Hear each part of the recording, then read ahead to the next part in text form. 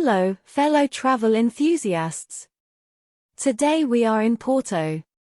We welcome you to a captivating journey through this enchanting city, and we hope that you will stay with us until the end of this long episode. We are about to embark on a 75-minute adventure filled with history, culture, and the undeniable charm that Porto has to offer. But before we dive right in, we have a special guest today who flew in from far away to spend some time with us and to experience Porto together with us. Now, let's dive right in. And immediately, you will notice that the weather was rather gloomy. It was raining and we had hoped for nice blue and clear sky. But we won't be stopped by the rain. Just like how they say, the show must go on. Our adventure starts right in front of the Porto City Hall, located near General Humberto Delgado Square. Rain or shine, there is always a queue to take pictures with the giant, blue, Porto sign. The square is named after General Humberto Delgado, and he was a military officer and politician known for his opposition to the authoritarian Estado Novo regime. The square serves as a tribute to his contributions to the country's struggle for democracy. We will come back to this square later in the video. But for now, let us continue. We are lucky that it was not raining heavily and we could still walk about and bring you video footages of this amazing town. And we walked deeper into town via the small alleys. Let us pretend, for a minute, that our umbrellas were imaginary time-traveling hats and we used them to embark on a journey through the fascinating history of this Portuguese city. Our story begins over 2,000 years ago when the Romans, in all their togas and glory, founded what we now know as Porto. Legend has it that the city's name, Porto, comes from portus, Latin for harbour. Clever, right? So, imagine bustling Roman markets and a harbour alive with maritime activity, and with that, the birth of our beloved Porto. And now our hats allow us to fast forward to medieval times, where the city grew and thrived behind the protective embrace of the invincible wall. But wait, there's a twist. But first, let us tell you more about this church you are about to see. It is called Carmo Church, and we came upon it while looking for what is known as the Blue Church. Of course, this is not the Blue Church, but let us tell you about this, nonetheless, magnificent church that gracefully weaves together history, faith, and architectural splendor. Approaching the church, one is immediately struck by its elegant facade adorned with intricate Baroque and Rococo details. This architectural masterpiece, dating back to the late 18th century, radiates a sense of grace and spirituality, showcasing the craftsmanship of its builders and the devotion of the community. What sets the Carmo Church apart is its unique roofless nave. Instead of rebuilding after the Great Lisbon earthquake of 1755, the decision was made to leave it open to the sky. Standing within these ancient walls, you share the same sky that has witnessed centuries of Porto's history. This is the Fountain of the Lions, and it boasts an elegant design adorned with majestic lion sculptures. These regal creatures, guardians of the water, set the tone for the fountain's intriguing narrative. While we walk, let me tell you more about the history of Porto. I mentioned there was a twist to it earlier. So here goes. During the medieval times, Porto transitioned to Moors, a group known for their exotic tales, sophisticated architecture, and an undeniable flair that left an indelible mark on Porto's narrative. That is why narrow alleys winding through the city, bustling souks brimming with vibrant energy, and structures, all bore the unmistakable influence of Moorish artistry. We reached this building, and there was a really long queue gathered there to go inside. Does anyone know what is it about? Please do let us know in the comments section. Now back to the Moors. They also brought with them a touch of spice, transforming Porto into a melting pot of cultures. The narrow alleys, now alive with the hustle and bustle of daily life, were once pathways filled with stories of trade, exchange, and the blending of diverse traditions. But what truly stands out are the architectural gems left behind by the Moors. Magnificent structures adorned with intricate geometric patterns, vibrant tiles, and the unmistakable elegance that defined Moorish design. These buildings, once a testament to the Moors' presence, became integral parts of Porto's evolving cityscape.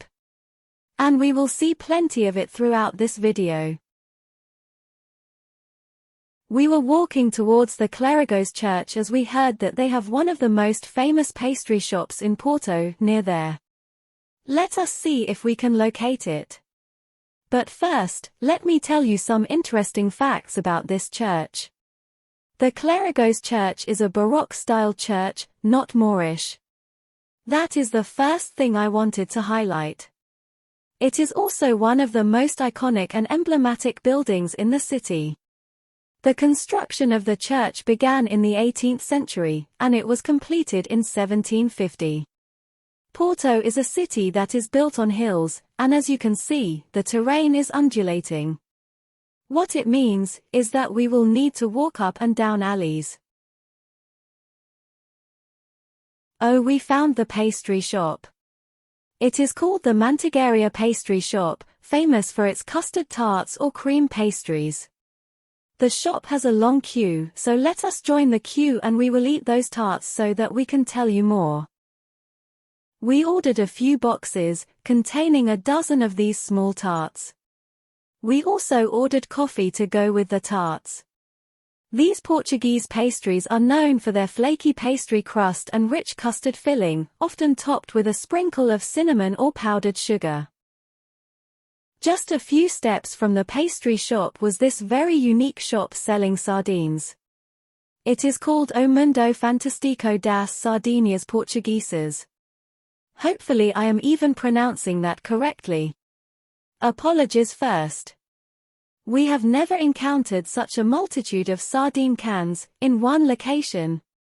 It's a rather intriguing albeit brief experience. Despite the shop being relatively small, it was completely filled with sardine cans displayed in various arrangements. Each can is labeled with a specific year, featuring details about an interesting event and a birthday celebration on the top. And though you can purchase as many as you wish, just take note. They are not actually cheap at all. After eating a number of tarts, we continued our walk towards our next destination. We are walking past this bronze sculpture that portrays three young individuals collectively bearing the weight of abundance, an intriguing and at the same time, captivating artwork, located in the square, in front of the city hall. Is that the tentacle of a giant octopus that is hanging from the rooftop of that building? Our next stop was the Mercado do Bolão, or more simply, the Bolão Market, in English. This is also a historic and vibrant marketplace, and it has been a central point of commerce and a cultural landmark in the city for over a century. The market features a neoclassical facade and a distinctive wrought iron entrance. It exudes a charming and timeless atmosphere. But what caught our attention was just how clean and how plush it looked and felt. Inside the market, there is a myriad of stalls, offering a diverse array of products to explore. From fresh produce, fish, and meats to traditional Portuguese cheeses, spices, and crafts, the market provides a rich tapestry of local goods. And of course, the hustle and bustle of daily life, the friendly interactions between vendors and customers, and the sensory overload of colors, sounds, and scents create an authentic and lively atmosphere. People were buying and eating various sandwiches, tapas, and delicious-looking dishes. And a bit further down, at another junction, there were several fruit stalls, selling very fresh and colorful fruits, as well as freshly made fruit juices. Everywhere we looked and turned, people were busy, but busy eating and drinking.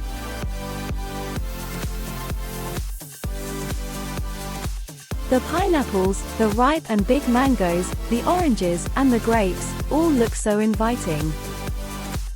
The Bolao market has deep historical roots, dating back to the late 19th century. Its enduring presence has witnessed the city's evolution, making it a cherished location for both locals and tourists. Just look at those tapas. They simply look so delicious. I wanted to buy a few of these, and dig in. But we had already made plans for our next meal. Our guest of honor had carefully drafted a list of dishes we had to try. The pastries that we showed you earlier was first on the list. One more thing, in the market, you can also find a huge variety of canned sardines, ranging from less pricey to the very expensive ones. There was also dried fish. The cart mentioned lombos for €27 per kilo, among other varieties of dried fishes. There are enough options to actually make you confused. We walked around, taking time to appreciate the food that were on sale there. We were pleasantly impressed. It is the first time that a market offers a genuine glimpse into the city culinary and cultural identity, in a very clean, bright, and pleasant marketplace.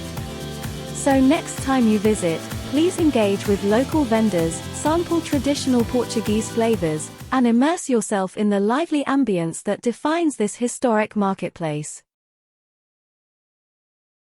Do you remember, at the beginning of this video we were looking for a blue church? At some point, we thought that the internet photos were all doctored to make it look more blue than it actually was. But then we saw it with our own eyes. And now we show it to you. Located just next to Bolao metro station, is the Chapel of Souls, also known as the Capilla das Almas. It is small, yes. But it is also, at the same time, remarkable. The chapel is renowned for its unique exterior adorned with traditional Portuguese azulejos, or ceramic tiles, depicting scenes from the lives of saints and religious figures. Leaving the chapel, we took a pedestrian road, known as the Rue de Santa Catarina. And along this very road was where another famous pastry shop was located. It is known as the Fábrica da Nata. And of course, we had to stop by and try it. Then we continued our way down this road, passing by several unique boutiques and shops. You might have noticed it, but the rain had stopped. And it was starting to get quite hot as the sun emerged again. Perhaps it was time to get rid of these big jackets and enjoy the warmth that this amazing city had to offer. And the crowd was also picking up, growing larger with every step we took. Along this road, you will find several shops, ranging from sunglasses store, bridal shops, religious goods store, perfume store, and even a surf shop. And not forgetting more popular brands like Massimo Dutti, Paulux, and Springfield. We had reached another beautiful church, known as the Church of Saint Ildefonso. It was built in the 18th century and follows the Baroque architectural style. Its design is characterized by elaborate ornamentation, dramatic features, and a sense of grandeur often associated with Baroque churches. We are now well within the historic center of Porto, which is the oldest area of the city of Porto, and is classified as World Cultural Heritage since 1996. The historic center of Porto reflects the medieval roots of the city, but more impressive is that, over time, despite various changes, the old medieval core still shapes the city, maintaining a consistent and unified appearance. This suggests a sense of timelessness and permanence, showcasing a unique urban landscape with a strong identity, character, and aesthetic appeal. Alright, it is now time to try the second dish on our list of must-try in Porto. This small eatery is called Gazella, and it is tucked away in a corner of Entreparides Street, next to the tapas of Batelha. They have two shops, but of course we had to try the original one. While we are waiting for our food, please take a minute to subscribe to our channel if you have not done so yet.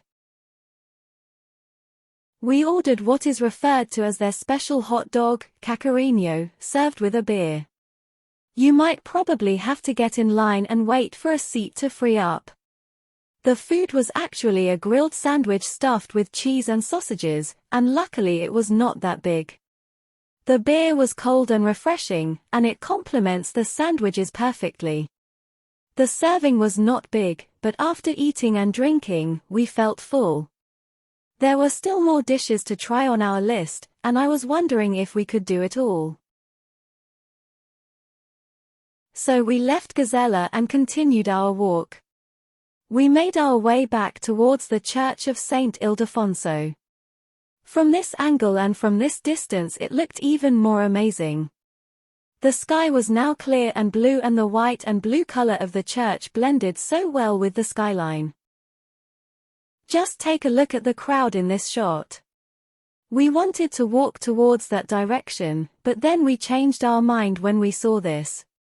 So we turned left instead, towards the São Bento railway station, which unfortunately was undergoing some work during that time. Inaugurated in 1916, São Bento is renowned for its magnificent Beaux-Arts architectural style. The facade of the station bears intricate azulejo tiles, creating a visual masterpiece that tells stories of Portugal's history and culture. Beyond its aesthetic allure, São Bento has played a vital role in connecting Porto to other regions of Portugal. We were now in Intercontinental Porto, a 5-star hotel located next to the station. The Intercontinental Porto has been transformed from the former Palácio das Cardosas into a lavish 5-star hotel. Nestled in the historic heart of Porto, it provides an ideal retreat to immerse yourself in the charm of Porto. It is a nice place to stay, if you want to be in Porto city centre. Due to the ongoing construction around the station, part of the roads were close and we had to make a small detour. But this also gave us an opportunity to walk around and explore more of Porto. To be perfectly honest, we kind of got lost, and we walked in a circle and we had to refer to Google Map to find our bearings. We were walking back towards the city hall. It was raining this morning, and we did not manage to get a photograph there. On our way, we passed the Clérigos Church, once more. The Porto City Hall, also known as Câmara Municipal do Porto, stands as a symbol of civic governance and is a remarkable example of neoclassical architecture. Its imposing facade, adorned with grand columns, intricate detailing, and a central clock tower, reflects the elegance and grandeur characteristic of the period in which it was built. After taking some photos there, we took the car and drove across the Douro River, to the opposite side of the river bank. We found a parking lot near the Chocolate Story Museum, and we were now going to experience Porto from the opposite side of the river. We walked past the parish church of Santa Marinha. We were currently in the wider Porto area, known as Vila Nova de Gaia. More commonly known as Gaia, it is a city located across the Douro River from Porto, and it is renowned for its wine cellars housing world-famous port wine. Gaia offers stunning riverfront views of Porto's historic skyline, which we will show you in a while, if you stick around. But first, before we walk to the river bank, let us visit the half-rabbit sculpture, which is located at Dom Afonso 3 Street. This sculpture is both striking and contemplative, featuring one half of the rabbit, adorned with vibrant colors while the other half is gradually deteriorating. Remarkably, it is crafted entirely from recycled materials. Resting in a corner of a humble yellow building, it begets not only imagination, but it also serves as a message to all of us. While there is a wealth of details to absorb in the way it was crafted, it also emphasizes the issue of excessive waste in our world today. Just a few steps away from the half-rabbit sculpture is the amazing riverfront which we will now tour. At this point, if you have not yet subscribed to our channel, now is the time to do so. The Douro River is one of the major rivers of the Iberian Peninsula, and it flows 890 kilometers through Spain and Portugal, ultimately reaching the Atlantic Ocean. Porto, Portugal's second-largest city, is intimately tied to the Douro River. The city is situated at the river's mouth, where it meets the Atlantic Ocean. The Gaia cable car connects the lower area of the city near the Douro River to the higher grounds, offering panoramic views of Porto and the river. Several iconic bridges span the Douro River, connecting Porto with Vila Nova de Gaia. The Dom Luís I Bridge is particularly noteworthy. Its intricate ironwork provides pedestrians and vehicles with a spectacular view of the river and city. We will bring you for a tour there later on, and we will tell you more about it. As we walk along the river bank, you will be able to spot it in the background. The Gaia cable car allows passengers to enjoy a scenic journey, observing the picturesque landscapes, historic landmarks, as well as the iconic Dom Luís I Bridge. The cable car route typically takes passengers from the riverside area, near the port wine cellars, up to the Jardim do Moro Park at the top of the hill. This vantage point offers spectacular views of Porto's historic centre, the river, and the surrounding landscapes. Along the river bank promenade, there are also several attractions. There, you will find small makeshift shops that sell souvenirs and some other goods like sunglasses and leather products. There are many musicians and artists that can be seen performing. There are also several eateries, cafes, bars, and restaurants.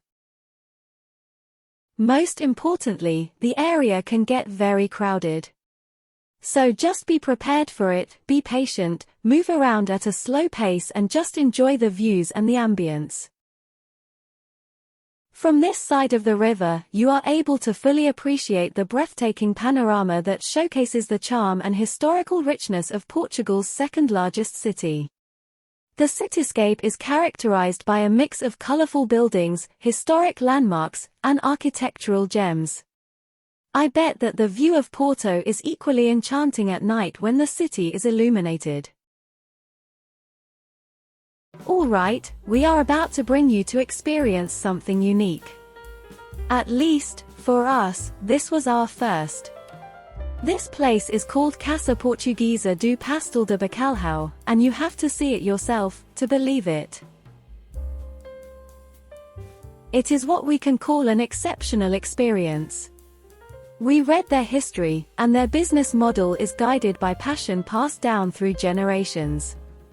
Surrounded by sheep, milk, thistles, and vast mountains, and witnessing the challenges faced by shepherds, the Casa Portuguesa do Pastel de Bacalhau was established in 2015. Since then they have 10 stores in Portugal. And this store was sophisticated and unique in many aspects. The decor and ambience were out of this world, and there was a guy playing live music on an organ. Try their cod cake, especially with Estrela de Serra cheese, and complement that with a glass of port wine. You can even take the glass back home. Of course, it is all included in the packaged price. Before we ordered, we walked around the entire place to appreciate how the owners set up everything. There were 2 distinct floors, a lower floor where you make your purchase, and an upper floor where there are sofa seats. The lower floor appeared to have been set up in a library, with books and shelving around. The pastels are displayed in a clear glass case, the same way jewelry is displayed. There is a middle section, reserved for an organ, and for the performer. The 2 floors are connected by a winding metal staircase, designed to make the entire area feel even more grand.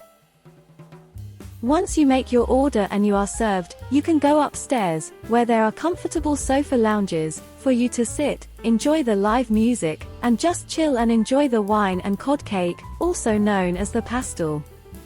The product is simple. It is just cod cake and wine. But they sell it as an experience, and I guess that is what we were paying for. We stayed there for at least half an hour. For €15, including the price of the glass, it may sound expensive. However, if you factor in the experience and the attention to details, the musical performance, the presentation itself, I think it is worth it as an overall package.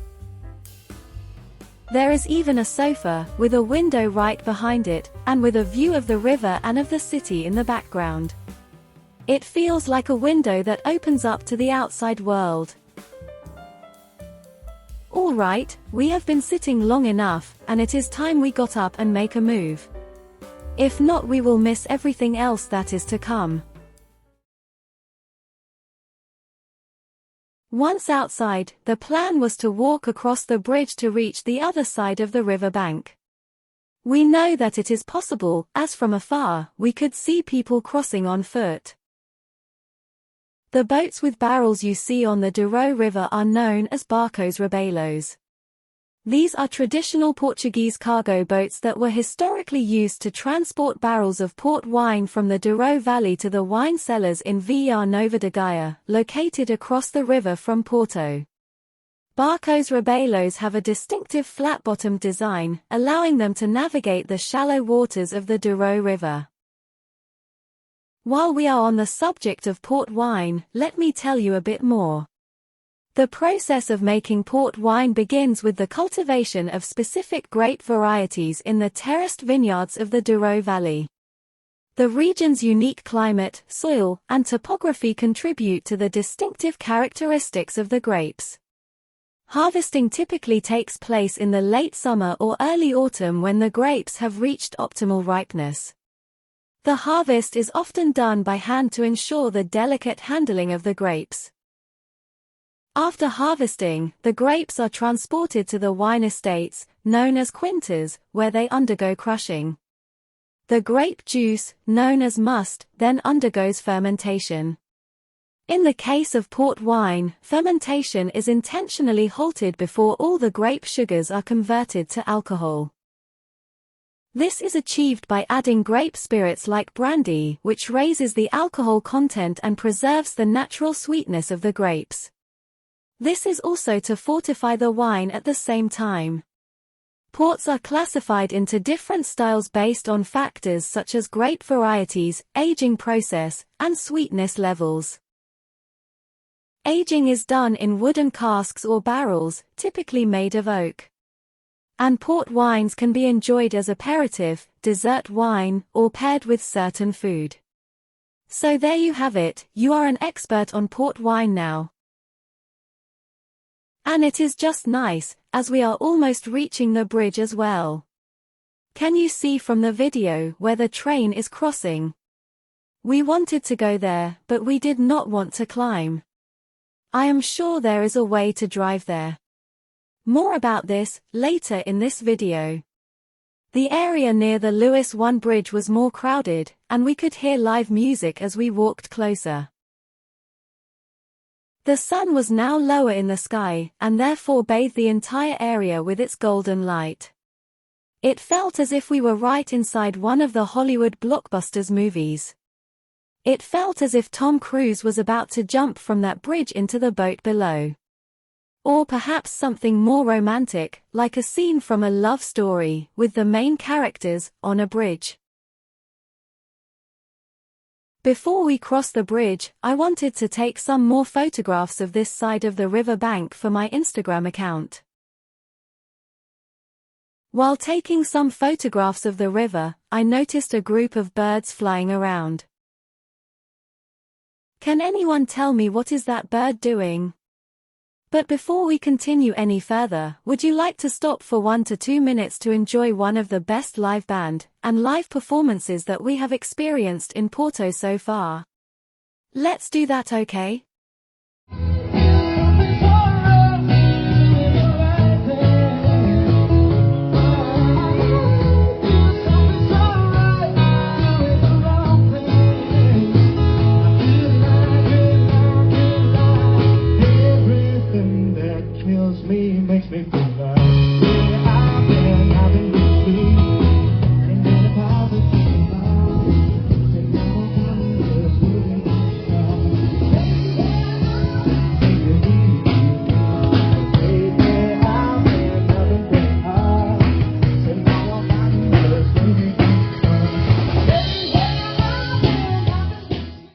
mentioned, the sun was getting lower and lower in the sky.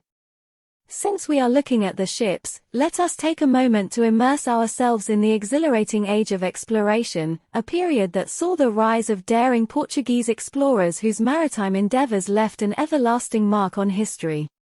Let us imagine the bustling shores of Porto, a city teeming with anticipation and ambition, as intrepid figures like Vasco da Gama and Ferdinand Magellan prepared to set sail.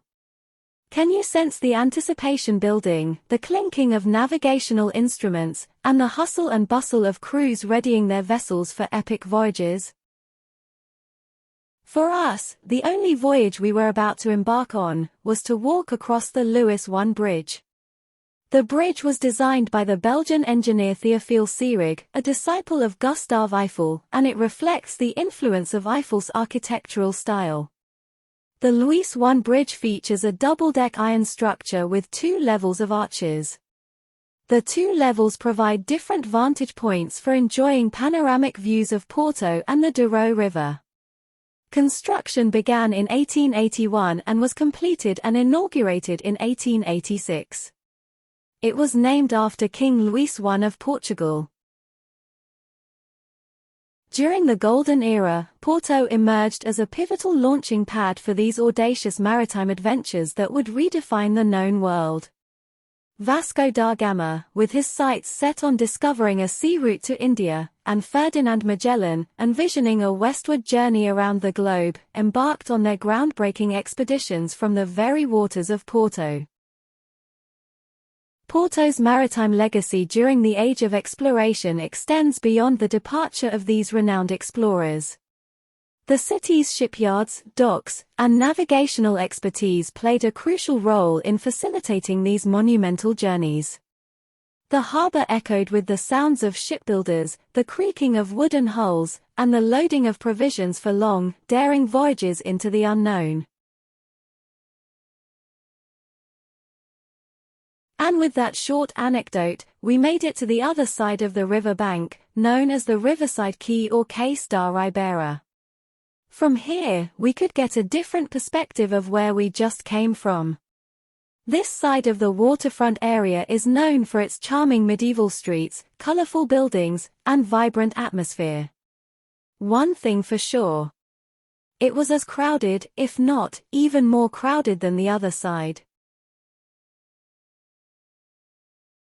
It seems that we were right in time to enjoy the sunset. The sun was so low in the sky now, about to disappear behind the line of buildings that make up that small hill in the background.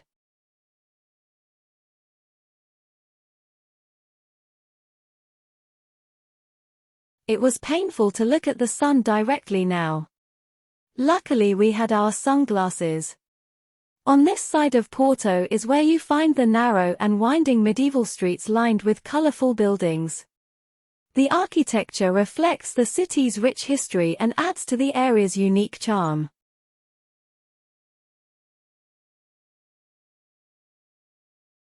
The riverfront is dotted with numerous cafes and restaurants, making it a popular spot for locals and tourists alike. Those who visit can enjoy traditional Portuguese cuisine while taking in the scenic views. The historic center of Porto, including Riverside Quay, is recognized as a UNESCO World Heritage Site. This designation acknowledges the cultural and architectural significance of the area.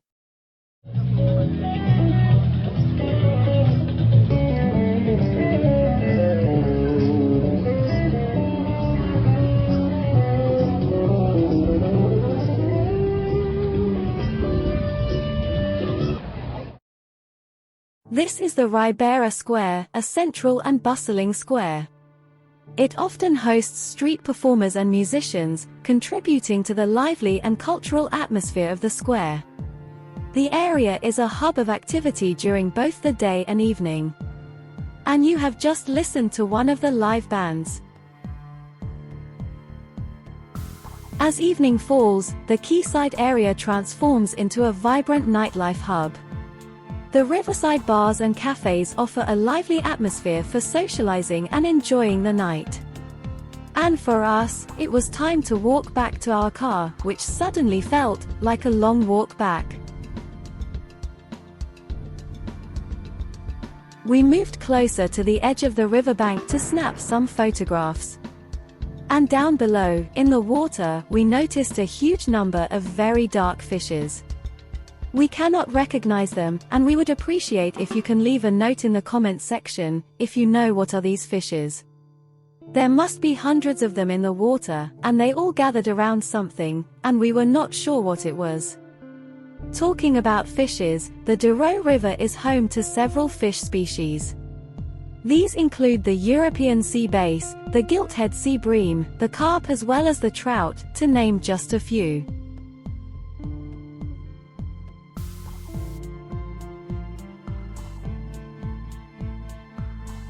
As we are walking back, let us talk about the bridges, wine, and the spirit of rebellion in Porto.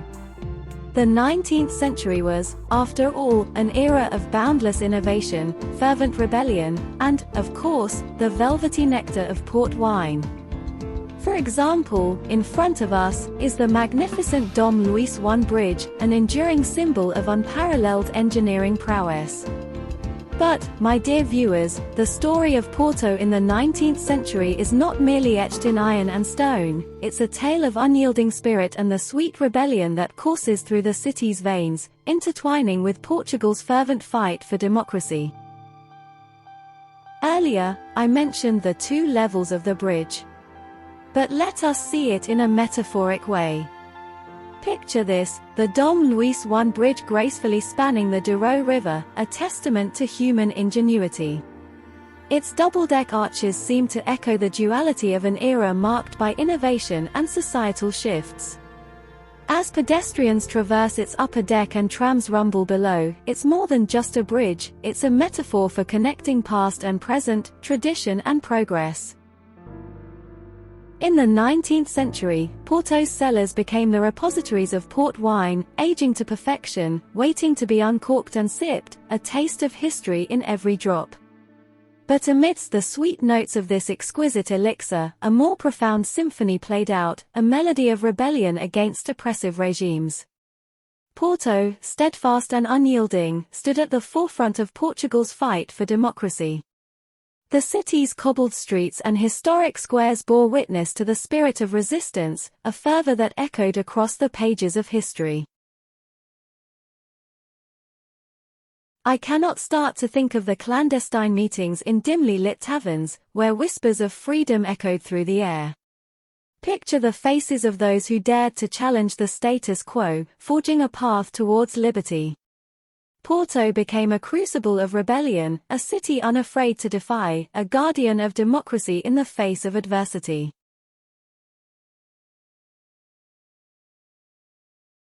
So, as we traverse the bridge that span the Douro and savor the timeless essence of port wine, let us also toast to the indomitable spirit of rebellion that courses through the veins of Porto, a city that not only connects lands but also binds itself to a history of resilience, innovation, and the pursuit of freedom. My legs were starting to feel tired as we approached the half-rabbit sculpture. But seeing it made me realize that our car was parked nearby. I could finally sit down and rest my feet, while my husband was going to drive us to dinner. The crescent moon was already visible in the sky and daylight was fading away with every step we took.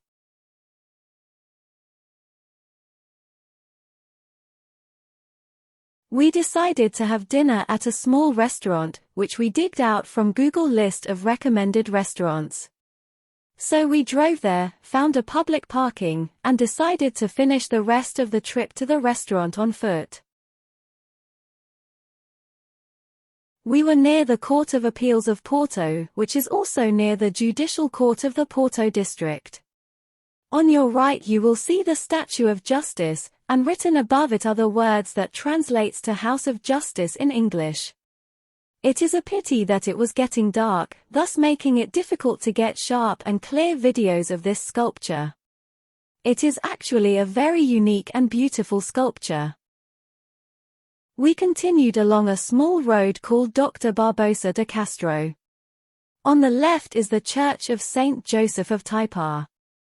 It was built between 1795 and 1878 and it is linked to one of the most important events in Porto's history, the Ponte das Barças disaster, which occurred during the Second Napoleonic invasion. It houses one of the oldest nativity scenes in the city, dating back to the 17th century. We soon reached the restaurant where we wanted to have dinner, and we were in for a big surprise. You needed to make a reservation if you wanted a table there. In fact, you need a reservation for most of the restaurants in Porto. Luckily, we were able to find food that night. We managed to do an online reservation for dinner for the same night, in a nice restaurant. However, there was nothing nice about the weather the following morning. We tried to go to the beach, but it was raining heavily, and it was very windy. I tried to get out and walk around, but it was too windy to open the umbrella, therefore I had to go back to the car.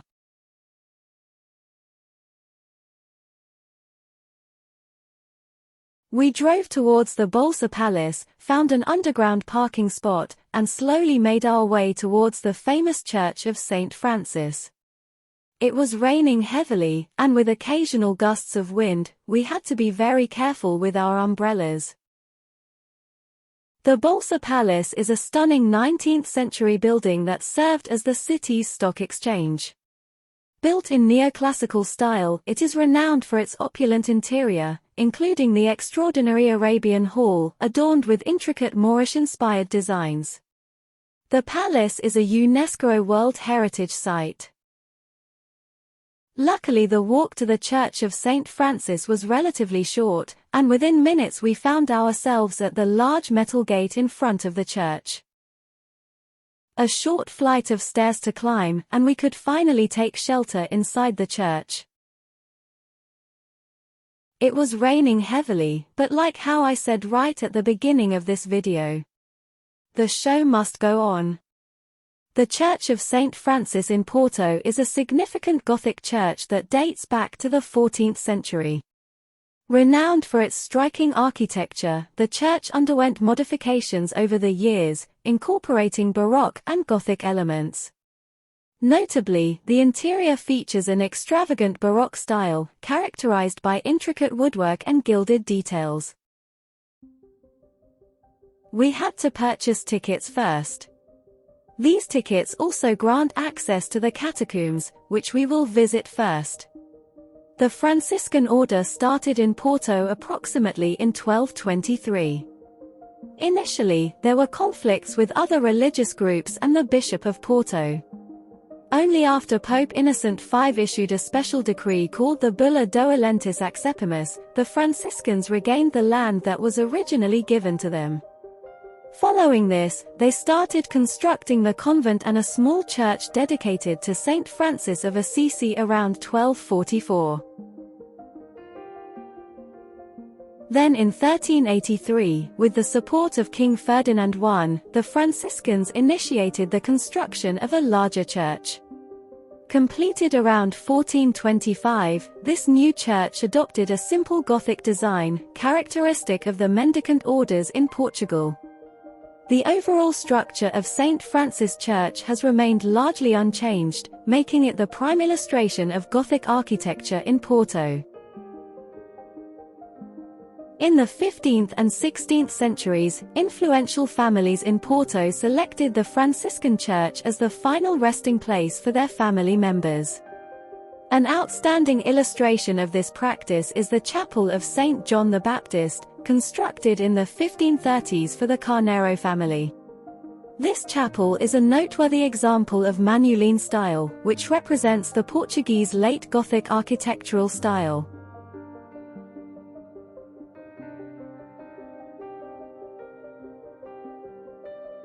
In the early 18th century, the church underwent a significant artistic transformation. During this period, extensive embellishments were added to the interior, covering various surfaces such as walls, pillars, side chapels, and the roof with Portuguese gilt woodwork in the Baroque style. This artistic campaign included the creation of numerous impressive Baroque altarpieces in both the apse chapels and the nave, establishing them as some of the finest examples in Portugal. Sadly, in 1832, a fire, ignited during the siege of Porto, resulted in the destruction of the old cloisters. To replace this lost structure, the Commercial Association of the city undertook the construction of the Stock Exchange Palace, which is now known as the Bolsa Palace. This new building stands as a magnificent specimen of 19th-century neoclassical architecture, showcasing the resilience and adaptability of Porto's architectural landscape. This is the chapel of Saint John the Baptist, and it was constructed in the 16th century, specifically in the 1530s. This chapel, designed by architect Diogo de Castillo, features a lovely entrance and is adorned with detailed ribbed vaulting in the Manueline style. Inside, the Baroque altarpiece displays a 16th-century painting depicting the baptism of Christ. Additionally, the church houses a well-crafted Renaissance tomb from the same era, seamlessly integrated into one of the walls.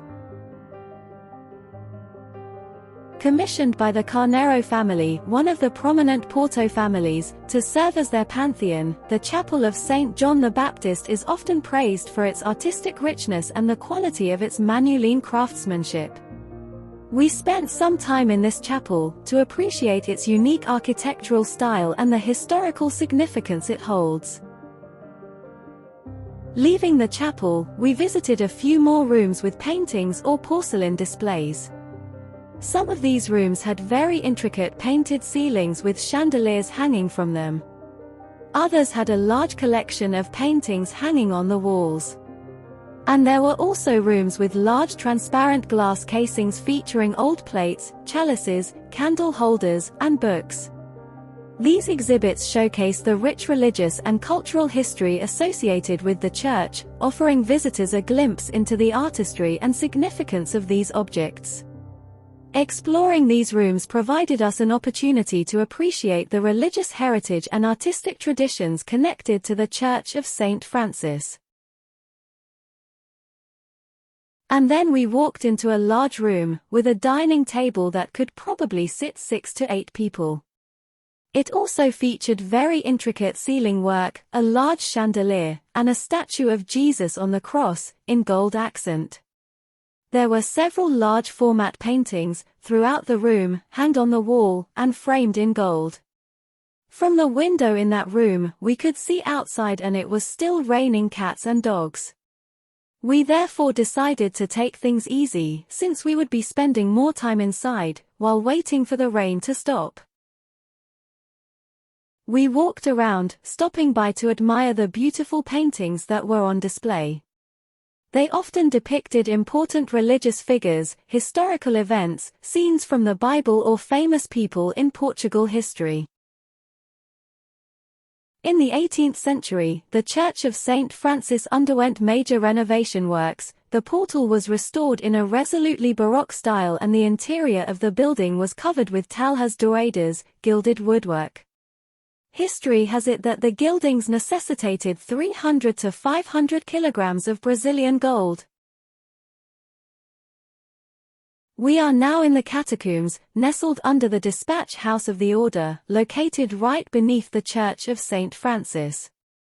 The catacombs served as a burial ground for members of the Franciscan order and, later, for prominent families in Porto during the 15th and 16th centuries. The catacombs exhibit a fascinating blend of architectural styles, reflecting the changing tastes and preferences of different eras. Elements of Gothic architecture, characterized by pointed arches and ribbed vaults, are evident, as well as Manueline features, known for their intricate ornamentation. Inside one of the rooms in the catacombs, are several large-format sculptures, with the most prominent one depicting Jesus Christ on the cross. Let us spend some more minutes walking around the catacombs before we leave for our next destination. Hopefully by now the rain should have stopped. If you're finding our Porto travel adventure captivating and want to stay tuned for more exciting travel content, don't forget to hit that subscribe button. By subscribing, you'll be the first to know when we explore new destinations and share our travel experiences. Your support means the world to us, and it helps us continue creating content that inspires and entertains. The interior of the old cathedral is simply amazing. However, we are not allowed to videotape or take photographs inside. We will leave a link in the description section so that you can see how the interior looks like. Our visit to the Church of St. Francis was now over. The rain appeared to have stopped as well, even though the sky still looked gloomy.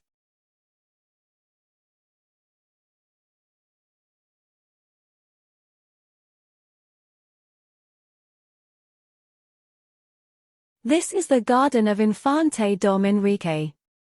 It is a small park, on a gentle slope, located next to the Bolsa Palace.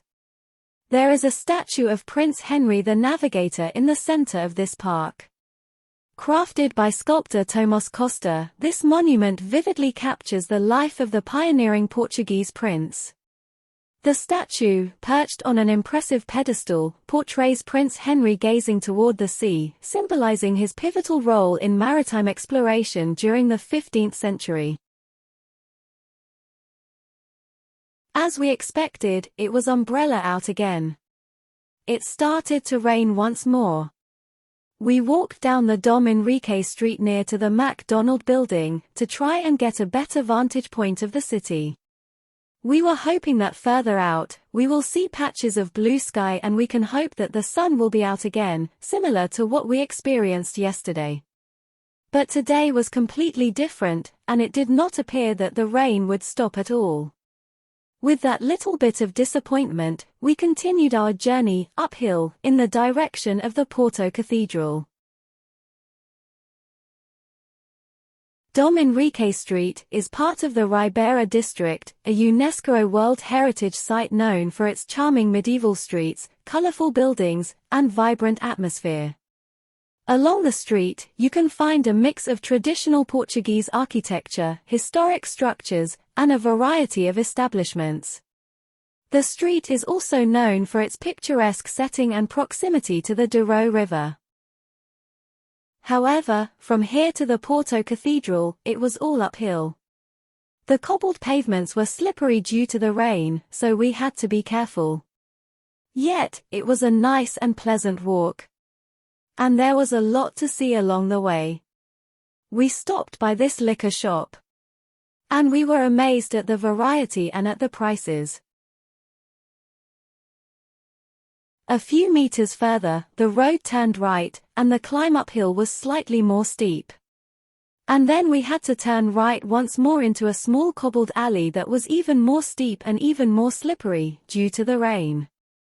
And to make matters worse, it started pouring again. This time, the downpour was even heavier than before.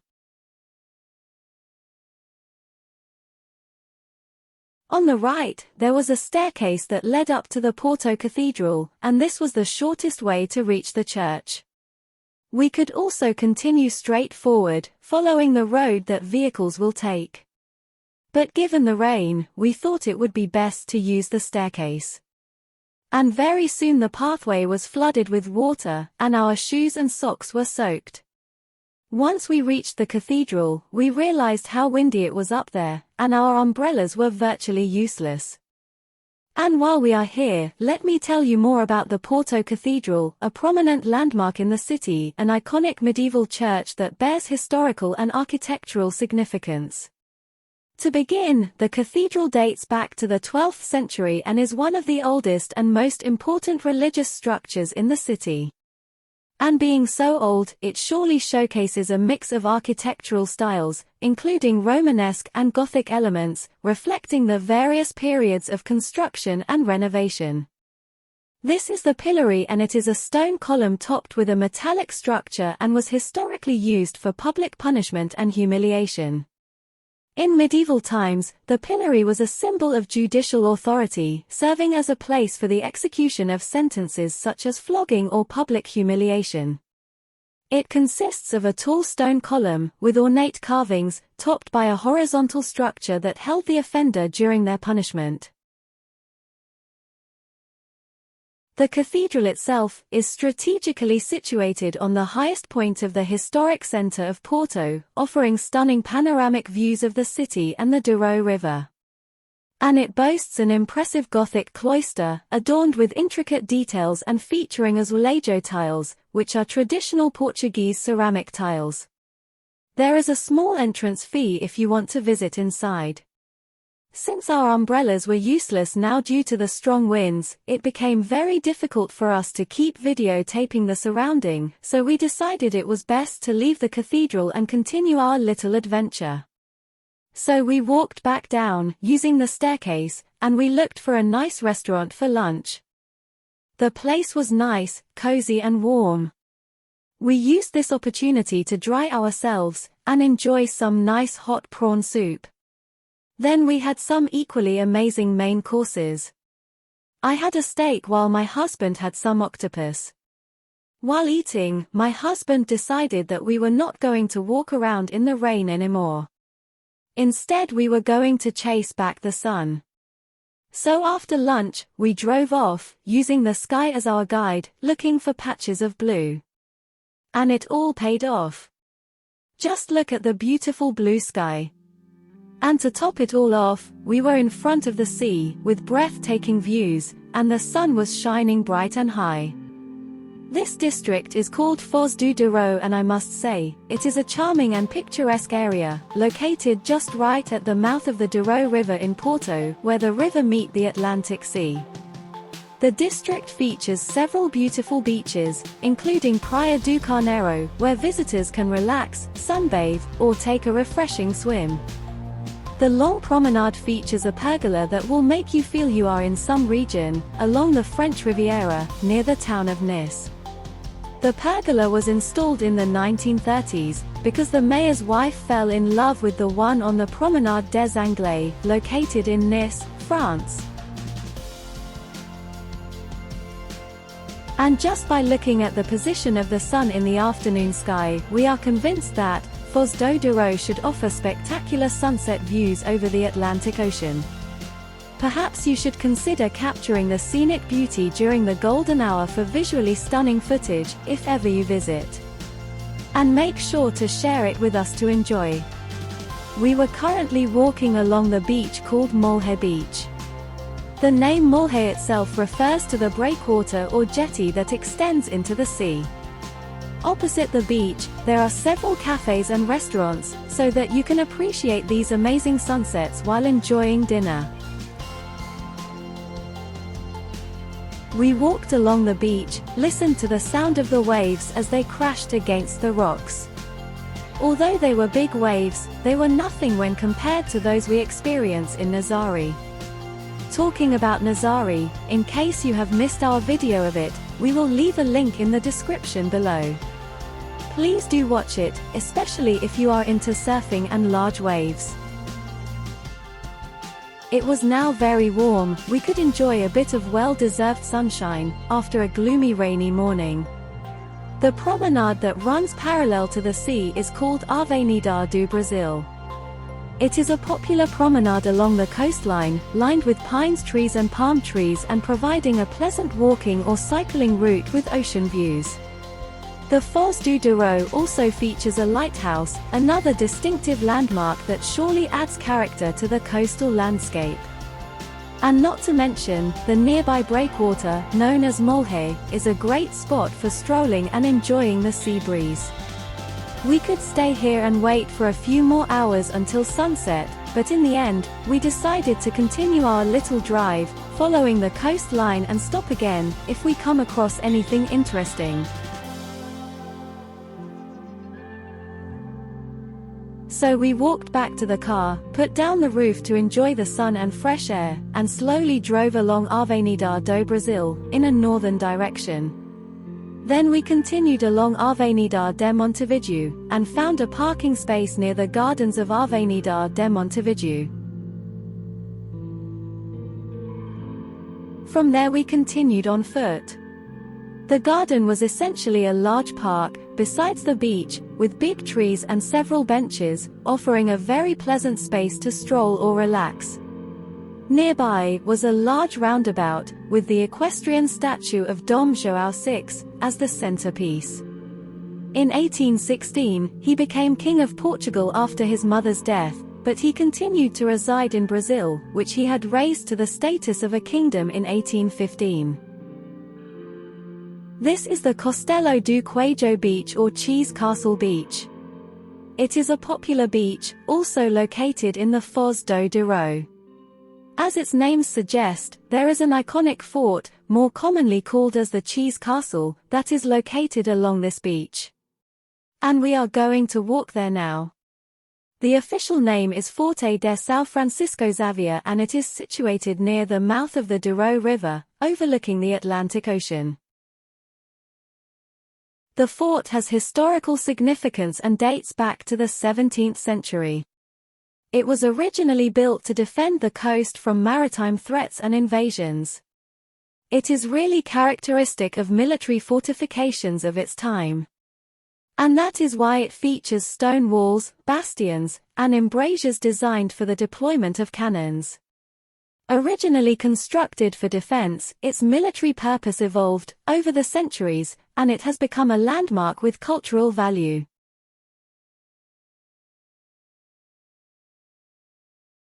Nowadays, because of its easily accessible location, it's a popular spot for visitors to enjoy the scenery and capture memorable photos. In all honesty, the fort's presence adds an interesting element to the beach landscape. And if you are lucky enough to have the beach all to yourself, that is, without people around, you can really capture very dramatic photographs here, with the fort and the setting sun in the backdrop. Standing on the beach, you will be able to spot several structures and buildings if you look towards the north.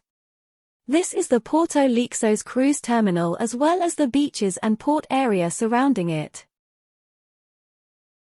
But for us, we were more interested about the views on this side, more particularly about the amazing, huge and bright sun that was slowly dipping lower in the sky. It was really a mesmerizing experience. You have that beautifully preserved fort, bathed by the golden light from the sun, and all this was set up along an epic beachline, right where the river meets the sea. And on top of that, you have these big waves that continuously smash against huge boulders in the sea, adding a bit of drama to everything around. It is not something that you come across every day. So let us just take a moment to enjoy this scenery and to seal it as a memory in our minds for a long, long time to come.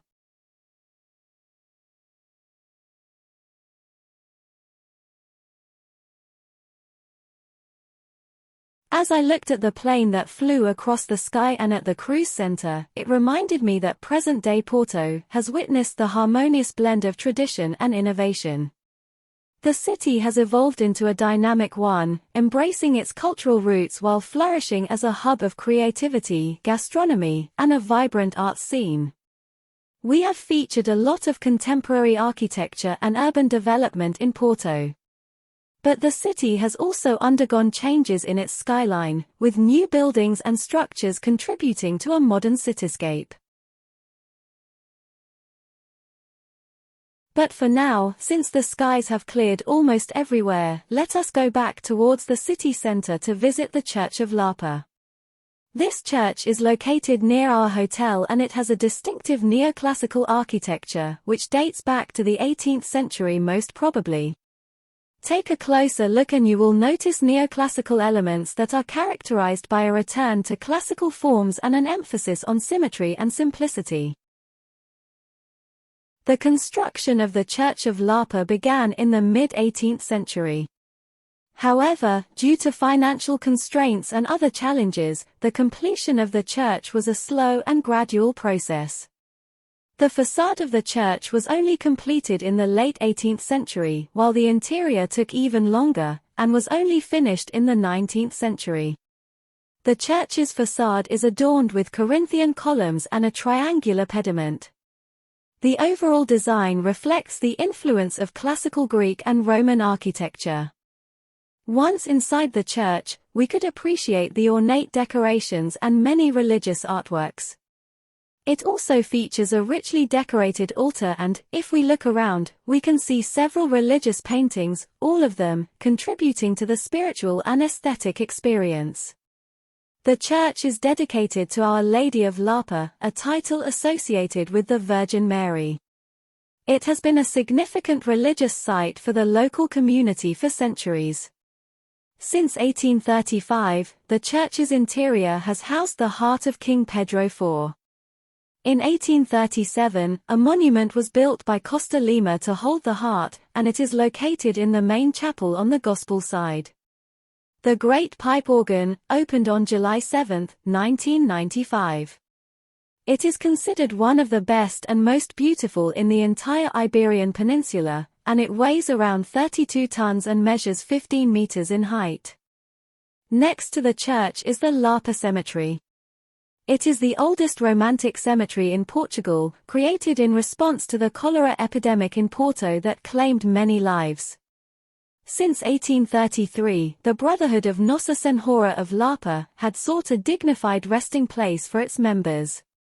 The impressive burial chapels built by the Porto upper class, who are interred here, turn the cemetery into a genuine museum of death, showcasing the finest funerary art from the Romantic era. The Brotherhood also set up a seminary college in the late 18th century, and their educational role continued until 2008 when the Lapa School, which had operated for most of the 20th century, closed. The teaching activities of the Brotherhood were conducted in a building next to the church, still standing today. The building also houses the sacristy, the gallery of memory, the noble hall and the archive.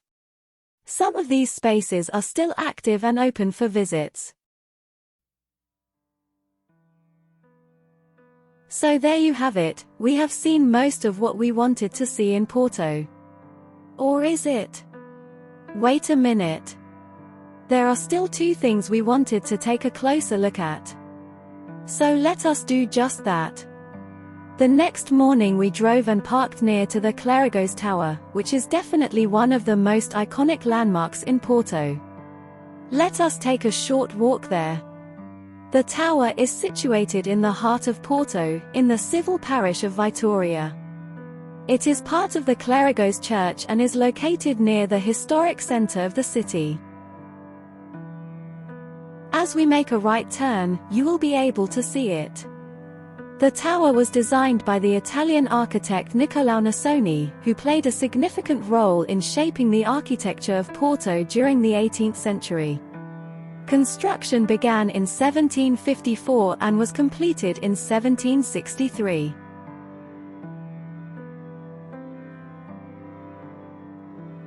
The primary purpose of the Clérigos Tower was to serve as a bell tower for the adjacent Clérigos Church.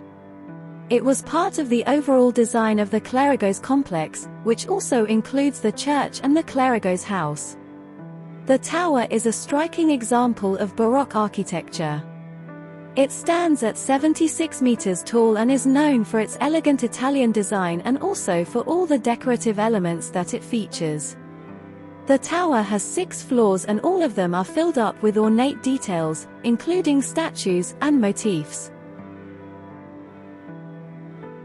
One of the main attractions of the Clérigos Tower is its observation deck, which offers panoramic views of Porto and the surrounding areas. Visitors can climb the narrow spiral staircase to reach the top and enjoy breathtaking vistas of the city and the Douro River. As I mentioned, the tower is closely associated with the Clérigos Church, which, in turn, is an important religious landmark in Porto. The church and the tower together form a significant architectural complex that is emblematic of the city. Now that we are done with the tower, there is just one last thing that we wanted to visit. Do you guys remember the Lewis I bridge that we featured earlier during this video? We have walked across the lower level of the bridge. Now we wanted to go to the upper level of Dom Luís I Bridge, and check out the views of Porto from there. This required us to drive for another few minutes. During that time, the sky had turned grey again. We can only pray that we reach the bridge, and get to take a look around before it rains. For that we drove, across Douro River, to the other side of town, towards the Jardim do Moro, or the Garden on the Hill, in English. This place can also be reached by the cable car, and there is also a metro station right next to it. Accessible with ease, the garden can be reached by taking the D line of the Porto Metro to the Jardim do Moro station. A brief uphill stroll will lead you to a delightful garden area offering a tranquil and scenic atmosphere, leads you to the viewpoint. The Jardim do Moro, also recognized as the Garden of Moro Lookout, stands as a popular vantage point in Porto. Positioned on the southern bank of the Douro River, it provides sweeping panoramic views of the city's historic core, showcasing the iconic Ribeira district and the picturesque riverside scenery.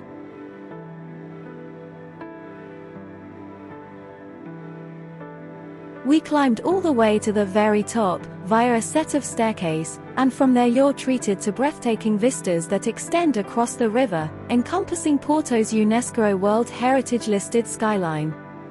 The panoramic scene features prominent landmarks like the Dom Luís I Bridge, Porto Cathedral, and the historic structures lining the riverbank. But the most prominent is the monastery of Serra do Pilar as well as bridge, more specifically the train tracks, that run through it. We walked back towards the bridge since there was a viewpoint there. While we do that, here's more about the monastery of Serra do Pilar. Constructed in the 17th century, between 1598 and 1670, it houses a circular cloister, which is a distinctive feature and is rare in Portuguese religious architecture. The design is reminiscent of the Renaissance and Mannerist styles. Interestingly, the monastery had a military purpose in addition to its religious function. It served as part of the city's defense system, with a focus on safeguarding the entrance to the port. The monastery of Serra do Pilar is also part of the historic centre of Porto, an area designated as a UNESCO World Heritage Site. As we approached the rail track that run along the Luís I Bridge, we could see the circular cloister was in fact a two-story structure with an open courtyard in the centre.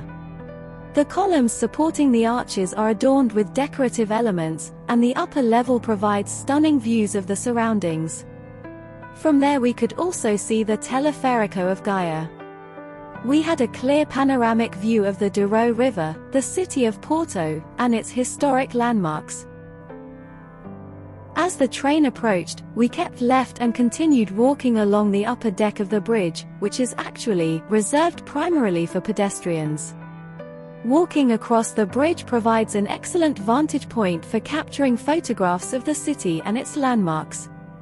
From the bridge, we could see the columns of the monastery of Serra do Pilar, and how they support the arches, which are adorned with decorative elements, and the upper level provides even more stunning views of the surroundings. There was a group of people standing there, and I think that they had an even better view of the city from up there. Once the train had crossed, we walked over to the right side of the bridge, to enjoy the view of the city from this side. From there, we could see another bridge, the Ponte Infante Dom Henrique, as well as the funicular of Gandé and the Fernandine walls of Porto. To be honest, the view of Porto, on this side, was less impressive. Yet, it was still an amazing view, with a clear and vibrant panorama. This must be a favorite spot among photographers and tourists alike. It offers postcard-perfect scenes of Porto, capturing the essence of its beauty. The view from the bridge allows you to appreciate the bustling activity along the Douro River, including the traditional Rebelo boats. These vessels add movement and liveliness to the scene. As we stood there enjoying the view, droplets of rain and the wind picking up suddenly reminded us that it might be a good time to leave. As we walk back to the car, we realize that it is also a good place to end this video. So there you have it, a whirlwind tour through the captivating history of Porto. From ancient Roman roots to the thriving metropolis we see today, every cobblestone in this city tells a tale. So, dear viewers, as you explore Porto, remember you're walking through layers of history, each one adding to the charm of this incredible destination. Until next time, happy time traveling!